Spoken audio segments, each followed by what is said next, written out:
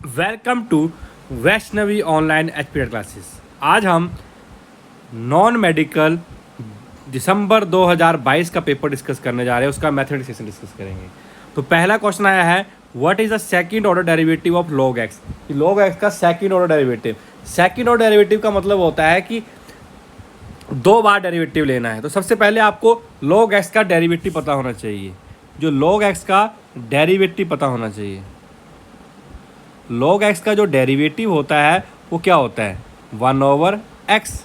अब हमें क्या लेना है, इसका सेकंड ऑर्डर डेरिवेटिव लेना है। सेकंड ऑर्डर का मतलब क्या हुआ, दूसरी बार ले, तो इसका फिर से डेरिवेटिव लेंगे तो क्या हो जाएगा, dy/dx ऑफ 1/x।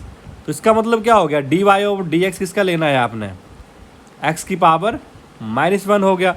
हमें पता है कि x की पावर n का डेरिवेटिव जो होता है वो किसके बराबर होता है, nx n-1, यानी कि जो पावर होगी उसमें एक कम कर देना है और उस पावर को आगे लिख देना। तो यहाँ पावर क्या है, -1 हो गया, और x है और -1 तो क्या बन गया, -x की पावर -2। हमें आंसर जो पावर पॉजिटिव में दिया तो हम क्या करेंगे, नीचे ले आएंगे, तो कितना आ गया, -1 का x²। तो answer will be your C. Second question आपको दिया हुआ है कि आपको क्या निकालना है, आपको निकालना है ये कि cos of 40 + a is equal to sin 30 is equal to sin 30। तो इसको करने के लिए हम क्या करते हैं, या तो इसको cos में बदलो, एक साइड को cos में बदलो, या cos को sin में बदलो, आपकी मर्जी है। आपने पढ़ा होगा cos 90 - थीटा किसके बराबर होता है, sin थीटा के बराबर होता है, ये आपने पढ़ा है। तो वही फार्मूला हम यहाँ लगाएंगे तो क्या हो जाएगा, cos ऑफ 90 माइनस क्या करेंगे हम, 40 + a इज इक्वल टू कितना आ जाएगा, साइन ऑफ थीटा। अब इसको करेंगे तो क्या आ जाएगा, cos of 90 - 40 + a is equal to sine of 30 degree. अब 90 में से 40 किया कितना रह जाएगा, 50। तो यहाँ भी, यहाँ क्या है, ये ऑटोमेटिकली क्या बन जाएगा, ये बन जाएगा cos ऑफ क्या बन जाएगा, 90 - थीटा, यानी कि आप लिख सकते हैं इसको साइन थीटा। तो वैसे वो ये क्या बन जाएगा, ये बन जाएगा साइन में। जब ये साइन में बनेगा दो साइड क्या हो जाएगा, दोनों साइड क्या हो जाएगा, साइन हो जाएगा। तो यहाँ क्या हो गया, यहाँ भी क्या लिख दो हम, अब कोस को लिखना है 90 - थीटा में लिख रहे हो आप, यहाँ ये लिखा है तो इसको यहाँ साइन लिखेंगे, ये यहाँ पर साइन आएगा, यहाँ पर क्या आ जाएगा, क्योंकि हम साइन की टर्म में लिख रहे हैं, क्योंकि साइन थीटा के बराबर होता है, साइन 90 - थीटा जो होता है वो कोस थीटा के बराबर होता है।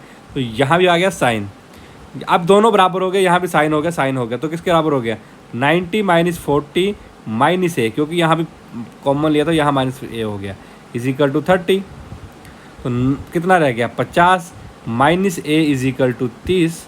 हमें क्या चाहिए, a, तो a कितना आ गया, 50 में से 30 गया, कितना रह गया, 20 डिग्री। तो answer will be your 20 degree. आगे पूछा है sum of exterior angle of triangle, किसी भी पॉलीगन का, याद रखना, sum of the exterior angle of any polygon is always equal to 180। यानी कि कोई भी आकृति हो जो बंद हो, जिसकी कितनी मर्जी भुजाएं हो, उसके बाहर के कोणों का योग हमेशा 180 नहीं 360 होता है। 180 लिखते मैंने, गलती हो गई, दैट इज 360। कितना होता है, 360 होता है। क्या होता है, 360, कितना भी हो जाए। अगर मान लो इंटीरियर का पूछे के लिए, तो इंटीरियर के लिए याद रखना, पेपर में आता है इंटीरियर एंगल का सम, तो वो होता है n-2 इंटू 180। कितना होता है, n-2 इंटू 180। जैसे मान लो आपको पूछ लिया कि पेंटागोनल का कितना होता है, अगर आपको पूछे पेंटागोनल के इंटीरियर एंगल का सम कितना होता है, तो इंटीरियर के लिए ये फार्मूला लगाना है, 5 साइडें हो गई, 5 में से 2 कम करो, इंटू 180 कर दो, 5 में से 2 गया 3, 3 × 180 इज इक्वल टू 540। तो आंसर क्या हो गया, 540। इस तरह से भी क्वेश्चन आता है कई बार कि आप किसी पॉलीगन में पूछ लेगा, हेक्सागोनल, पेंटागोनल, ऑक्टागोनल। तो इंटीरियर के लिए आपने ये फार्मूला लगाना है, और एक्सटीरियर के लिए हमेशा 360 ही होता है। अगला क्वेश्चन, अगला क्वेश्चन दिया हुआ है कि एक लैडर है। अब लैडर मतलब क्या, सीढ़ी है। अब सीढ़ी जो हो उसको लगाया गया किसी विंडो है, मान लो ये विंडो है, विंडो जो है वो 8 metre a ladder is 10 metre long reaches a window of 8 metre above the ground. Ground से 8 मीटर ऊपर है, ये क्या है, ग्राउंड से 8 मीटर ऊपर है, ठीक है। फिर यहाँ पर एक सीढ़ी लगाई हुई है, मान लेते हैं सीढ़ी लगाई हुई है। अब सीढ़ी लगाई है तो यहाँ से डिस्टेंस पूछा हुआ है, ठीक है, डिस्टेंस निकालने को बोला है, ये बड़ा डिस्टेंस निकालने को बोला हुआ है। और सीढ़ी की लंबाई कितनी, 10 मीटर। तो हमने पाइथागोरस थ्योरम पढ़ी, क्योंकि ये तो राइट एंगल ट्राइंगल होगा। तो राइट एंगल ट्राइंगल क्या बोलती है कि हाइपोटेन्यूज का न्यूज़ का स्क्वायर किसके बराबर होता है, परपेंडिकुलर प्लस बेस का स्क्वायर। तो यहाँ हाइपोटेन्यूज कितना है, 10 का स्क्वायर, परपेंडिकुलर कितना है, 8 का स्क्वायर। अभी बेस निकालना है हमने, 10 का स्क्वायर 100 हो गया, यहाँ ले आएंगे 64 हो जाएगा, इजिकल टू बी स्क्वायर। तो बी स्क्वायर किसके बराबर आ गया, 36। तो बी कितना आ जाएगा, 6। तो answer will be your 6 centimetre. आगे पूछा है कि एक कॉइन को टोस्ट करते हैं। अगर हम एक कॉइन को टोस्ट करते हैं तो कम से कम 2 हेड आने की प्रोबेबिलिटी क्या है, 3 टाइम करेंगे। तो देखो इसको बनाने का तरीका ये होता है, पहले हेड लिखो, एक हेड एक टेल लिखो, फिर एक हेड और फिर एक टेल लिखो। वैसे यहाँ लिखो हेड और टेल, फिर यहाँ टेल लिखा है तो यहाँ भी क्या लिखो, हेड और टेल, और फिर क्या लिखो, हेड और टेल, और फिर क्या लिखो, हेड और टेल। ये बन गई हमारी पॉसिबिलिटीज़। तो जब हम इसकी पॉसिबिलिटी लिखेंगे सैम्पल स्पेस में तो क्या लिखेंगे, पहले 3 एच आ गए, फिर क्या आ गया, एच एच टी आ गया, और फिर एच टी एच आ गया, और एच टी टी क्या आ गया, एच टी टी। आगे क्या बोला है, दैट इज आगे लिखा है टी, फिर एच एच, फिर टी एच टी, फिर टी टी एच, फिर टी टी टी। अब आपको क्या बोला है, कम से कम 2 हेड होने चाहिए। 2 हेड चल पड़ेंगे, 2 से ज़्यादा भी चल पड़ेंगे, लेकिन 2 से कम नहीं चलेंगे। देखो 2 से ज़्यादा किस में है या 2 किस में है, देखो 2 से ज़्यादा इसमें है, पहला केस ये सही है, यहाँ पर 2 है, ये भी बात सही है, ठीक है, क्योंकि ये पहले में कितने हैं, एक ये हो गया, दूसरा ये हो गया, तीसरा ये हो गया। यहाँ पर एक के तो ये नहीं चलेगा। यहाँ पर क्या है, यहाँ पर 2 हेड है, तो ये कितना हो गया, 4। अब इसमें भी एक हेड है, इसमें भी एक हेड है, और इसमें कोई भी हेड नहीं है। तो क्या हो गया, प्रोबेबिलिटी होती है नंबर ऑफ टोटल फेवर। जब टोटल कितने हैं 8 और फेवर में कितने हैं 4, तो कितना आ जाएगा, दैट इज़ 1/2। जब आपको एटलीस्ट पूछा हो तो हमने कम से कम 2 भी लेना है और उसके आगे वाले भी ले लेने हैं, और एटमोस्ट पूछा होगा तो ज़्यादा वाले लेने हैं, कम वाले नहीं लेते हैं, ये याद रखना है। आगे पूछा है कि इस क्वेश्चन को स्टैंडर्ड फॉर्म में लिखिए। तो स्टैंडर्ड फॉर्म में कैसे लिखते हैं, याद रखना, जब भी हम पॉइंट या मान लो दशमलव यहाँ है तो इसको आप लेफ्ट साइड जाते हैं तो पावर को क्या करें, उतना ही क्या कर देंगे, पॉजिटिव कर देंगे। अब पॉइंट कहाँ लगाते हैं, पॉइंट लगाते हैं 1 और 9 के बीच में। अब देखो 1 2 3 4 5 6 7 8 9, तो पॉइंट कहाँ लगेगा, यहाँ। अगर यहाँ लगाएंगे तो 13 बन जाएगा। तो 1.353 इंटू क्या बन जाएगा, 10 की पावर क्या लिखनी है, प्लस में लिखनी, तो कितना आ जाएगा, 10 की power 9। That is your standard form. आगे बोला है कि एक pair of shoes is bout of 250, यानी कि उसने क्या किया, 250 में खरीदा और सेलिंग प्राइस कितने बेच दिया, 325 पे बेच दिया। 250 पे खरीदा और 325 पे बेच दिया। तो बोला है कि प्रॉफिट और लॉस परसेंटेज। अब 200 की जगह 350 में बेच रहे हैं तो इसको ऑटोमेटिकली क्या है, प्रॉफिट है। तो प्रॉफिट कैसे निकालते हैं, प्रॉफिट निकालते हैं हम सेलिंग प्राइस में से कॉस्ट प्राइस माइनस करके, यानी कि कितने का फ़ायदा हुआ, 325 में से अगर आप 250 माइनस कर देंगे तो कितने का फ़ायदा हो जाएगा, 5। 12 में से 5 गया 7, कितने रुपए का फ़ायदा हुआ, 75 रुपये का फ़ायदा। और 75 रुपये का फ़ायदा प्रॉफिट परसेंटेज किसके ऊपर निकालते हैं, वो हम निकालते हैं कॉस्ट प्राइस के ऊपर। तो देखो 75 डिवाइड बाय कितना है कॉस्ट प्राइस, 250 इंटू 100। तो काटेंगे, 5 से काटेंगे, 5 दूनी 10, 5 पंजे 25, 5 से काटेंगे 15, तो कितना आ जाएगा, that is your 30%। Answer will be your 30%। आगे पूछा है semi parameter of a triangle. अगर किसी भी साइड का हमें एरिया निकालना हो तो सबसे पहले हमें क्या निकालना पड़ता है, सेमी पैरामीटर। सेमी पैरामीटर क्या होता है, पैरामीटर का मतलब साइड का सम। तो मान लो ABC साइड्स दी हैं तो उनको सारों को जोड़ दो, और सेमी का मतलब होता है आधा, उसको आधा कर दो, तो वो किसके बराबर हो जाता है, वो सेमी पैरामीटर के बराबर होता है।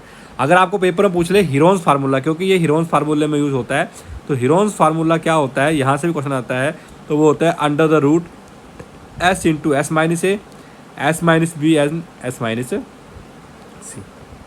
आगे आपको पूछा है what is the formula of cos two A. Cos two A का फार्मूला क्या होता है?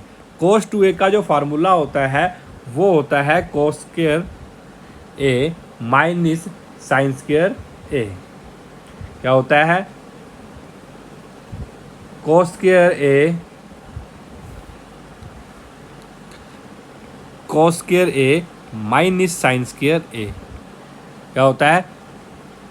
Cos square A minus sine square A.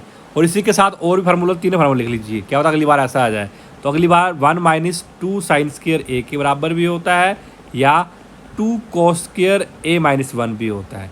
ये तीनों ही फार्मूले किसके हैं? Cos of 2a। साथ में आपको साइन 2a का फार्मूला भी याद होना चाहिए। साइन 2a जो होता है वो 2 साइन ए कोस ए होता है। ये भी आपको पेपर में क्वेश्चन आ सकता है, क्योंकि मल्टीपल टाइम आपके पेपर में क्वेश्चन आते हैं इससे रिलेटेड। क्लियर होगी बात? 2 साइन कोस ए का कई बार 10 की फॉर्म में रहता था, वो क्या होता है?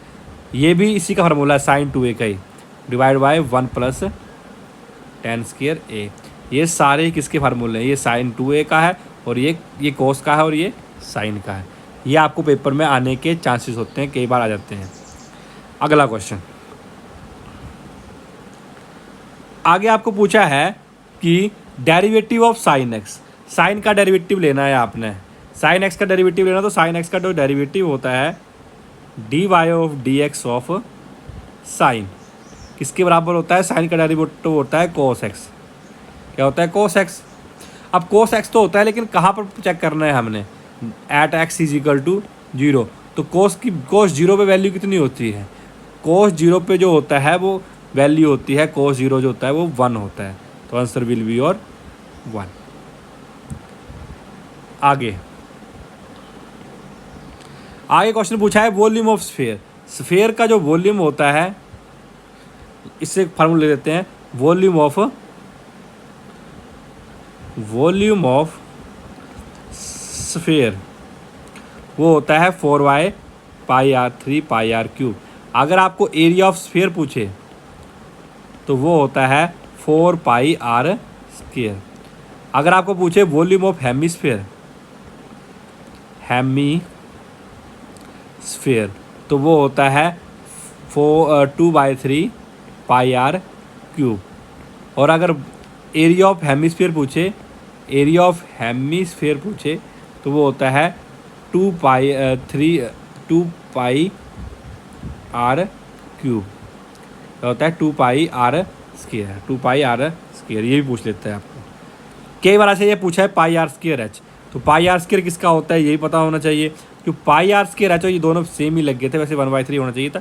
पाई आर स्क्वायर जो होता है वो किसका होता है? वो होता है सिलेंडर का। किसका होता है? सिलेंडर का वॉल्यूम जो होता है वो पाई आर स्क्वायर एच होता है। ये भी याद रखना है। अगर आपको 1/3 पाई आर स्क्वायर एच दिया हो तो वो किसका होता है? वो कौन का वॉल्यूम होता है? वॉल्यूम ऑफ कौन होता है। आगे आपको पूछा, ये क्वेश्चन गलत था। अगला क्वेश्चन था कि आपको दिया है A18 और A14 का डिफरेंस। A18 का मतलब क्या होता है AP में? A18 का मतलब होता है A प्लस 17D और A14 का मतलब कितना होता है? A plus 13D। अब A plus 17D minus A plus 13D is equal to कितना दिया है? 32। तो A plus 17D minus A minus का 13D इज इक्वल टू 32। तो ये कट गया था। 17 में से 13 चले कितना रह गया? तो D कितना आ जाएगा? 32 डिवाइड बाई 4 दैट इज 8। आगे पूछा है कि एरिया ऑफ रोम्बस निकालना है। तो याद रखना ये बहुत बार क्वेश्चन आता है। एरिया ऑफ रोम्बस का फार्मूला क्या होता है? एरिया ऑफ रोम्बस का फार्मूला होता है half of the diagonals, half of the product of the diagonal. तो यहाँ डायगोनल क्या दिए हैं? डायगोनल दिए हैं 10 और 10, 8.2। 2 से काटेंगे, 2 से काट लो, कितना आ जाएगा? 4.1। 4.1 इंटू 10 करेंगे कितना आ जाएगा? 41 मीटर स्क्वायर। तो answer will be your 41 centimetre square. अगला क्वेश्चन है मीडियन निकालना है। मीडियन का मतलब क्या होता है? मीडियन का मतलब होता है सेंट्रल टर्म। मीडियन का मतलब क्या होता है? सेंट्रल टर्म निकालनी। अब सेंट्रल टर्म कौन सी होगी? जो सेंटर में होगी। सबसे पहले इनको इंक्रीजिंग ऑर्डर में लिखना है। सबसे पहले क्या आ गया? 2 आ गया। 2 से नीचे कुछ है ही नहीं। 2 के बाद क्या है? 4 है। फिर क्या है? 2 2 बार है, 4 1 बार है, 6 है, फिर 2 बार 6 है, फिर 7 है, फिर 8 है और फिर 9 है। कितने हो गए? 1 2 3 4 5 6 7 8। 1 2 3 4 5 6 7 8। 8 हो तो हम क्या करते हैं? बीच वाले टर्म लेंगे। तो यहाँ 3 हो गया, 3 6, बीच वाले जो बच गए इसका मीन लेते हैं। 6 + 6 डिवाइड बाय, तो 12 का आधा भी कितना हो जाएगा? That is 6। तो आंसर विल बी योर 6। आगे पूछा है कि 11 टर्म निकालनी है आपने एक की। तो ये जो पहले टर्म वो लिखी होती है ये क्या होता है? ए। डी होता है कॉमन डिफरेंस। हम क्या करेंगे? -2 माइनस का 3 कर देंगे। तो माइनस का 1/2 + 3 तो कितना आ जाएगा? अगर हम ऐसे करेंगे तो -3 × 6 2 6 डिवाइड बाय 2 यानी कि 5/2 ये हो गया। अब हमें क्या निकालना है? A11। A11 का मतलब होता है A + 10D। तो A की वैल्यू तो हमें पता है -3 + 10 × D की वैल्यू कितनी है? 5/2। 2 से काटेंगे 5 बार, कितना हो गया? 25। 25 में से 3 गया, कितना रह गया? 22। तो आंसर विल बी योर 22। आगे पूछा है सिंगुलर मैट्रिसेस क्या होती है? जिसका जो मोड होता है वो 0 होता है, वो क्या होता है? सिंगुलर मैट्रिसेस होती है। तो answer will be your this. आगे आपको पूछा है कि surface area of A cube. Cube का जो सरफेस एरिया होता है वो 6a² होता है। अब यहाँ पर उन्होंने प्रॉपर नहीं लिखा है कि कर्व्ड सरफेस एरिया। अगर कर्व्ड सरफेस एरिया लिखा होगा तो आंसर होना था 4a²। अगर आपको फुल पूछा होता तो वो होना था 6a²। तो आंसर बिल भी दोनों हो सकता है, वैसे 6a² और 4a²। क्योंकि कर्व्ड पूछा होता तो 4, अगर पूछा होगा तो पूरा जो होता है वो 6a² होता है। आगे पूछा है डिस्क्रिमिनेंट निकालना है। डिस्क्रिमिनेंट जो होता है वो होता है b² - 4ac। अब देखो यहाँ पर एक इक्वेशन लिखी है x²- x। इक्वेशन क्या है? x² - x - 14 = 0। अब पता नहीं यहाँ माइनस लगा कि नहीं लगा, चलो चेक कर लेते हैं। अब 1 है मान लेते हैं, इसके जो आगे लिखा होता है वो a होता है। तो a कितना हो गया? 1। b कितना हो गया? -1 और c कितना हो गया? -14। तो हमने क्या निकालना है? d होता है डिस्क्रिमिनेट। तो b² कितना हो गया? -1 का स्क्वायर -4 × a कितना हो गया? 1 और c कितना हो गया? -14। तो -1 का स्क्वायर हो गया 1 और 14 कितना हो गया? 56। तो कितना हो गया? 57। तो इसका डिस्क्रिमिनेट ये नहीं होगा, that is none of this. आगे पूछा है क्यू रूट निकालना है आपने 1728 का। किसी भी नंबर का अगर आपको स्क्वायर रूट निकालना हो तो हमने क्या करना होता है? सबसे पहले हमने क्या करते हैं, जो लास्ट डिजिट होता है, जो लास्ट के 3 डिजिट को ख़त्म कर दो। एक बात याद रखनी है, अगर 2 होंगे तो 8 होगा और 8 होंगे तो 2 लिखना है, यूनिट डिजिट देखना है सिर्फ। या फिर 3 होंगे तो 7 लिखना है, अगर 7 होंगे तो 3, बाकी एज इट इज लिख लेने हैं। ठीक है, मान लो 1 आएगा तो 1 लिखना, 2 3 4 आएगा तो 4 लिख देना। ठीक है, अब यहाँ 8 लिखा है, 2 3 काट दो, 8 के नीचे क्या आ गया? 2। और 1 का क्यूब किसके नज़दीक आ रहा है? That is 1। तो आंसर विल बी योर 12। आगे पूछा है मोड निकालना है। अब मोड क्या होता है? मोड वो नंबर होता है जो सबसे ज़्यादा बार आया जाता है। अब देखो कौन सबसे ज़्यादा बार आया है? 1 बार ये आया है, 2 बार ये आया है, 3 बार ये आया है, 4थी बार ये आया है, 5वीं बार ये आया है, 6 7 7 बार तो ये आ गया है। चलो देखते, ज़्यादातर चांसेस तो 2 के होने के ही हैं, बाकी तो 3 पॉइंट पे तो हो नहीं सकता। 3 चेक करके देखते हैं 3 कितनी बार है? 1 बार, 2 बार, 3 बार, 4 बार, ये भी ख़त्म। 4 कितनी बार आया? 1 बार, 2 बार, 3 बार, 4 बार, तो ऑटोमेटिकली 3 भी 4 भी चला गया, तो आंसर विल बी योर 2। आगे पूछा है कि अगर डी की वैल्यू यानी कि डिस्क्रिमिनेशन की वैल्यू ग्रेटर देन 0 हो तो उसके रूट कैसे होते हैं। देखो ग्रेटर देन 0 हुई, इट मीन्स 2 रूट्स होंगे, ये तो बात सही है, 2 होंगे और दोनों क्या होंगे, रियल होंगे। लेकिन इक्वल तब होते हैं जब डी की वैल्यू भी 0 हो। अगर डी की वैल्यू ग्रेटर देन 0 है, it means 2 roots but unequal, 2 roots होंगे लेकिन अनइक्वल होंगे। इक्वल कब होंगे, जब डी की वैल्यू इक्वल टू 0 होगी। आगे लिखा है कि 2 टेंस, 2 टेंस का मतलब होता है 20, अगर 3 टेंस लिखो तो मतलब 30, यानी कि दहाई बोलते हैं इसको।